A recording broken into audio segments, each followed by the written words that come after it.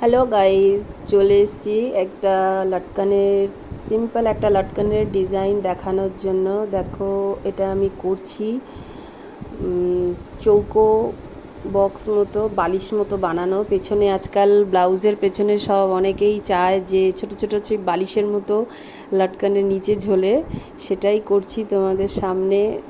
দেখতে পারো।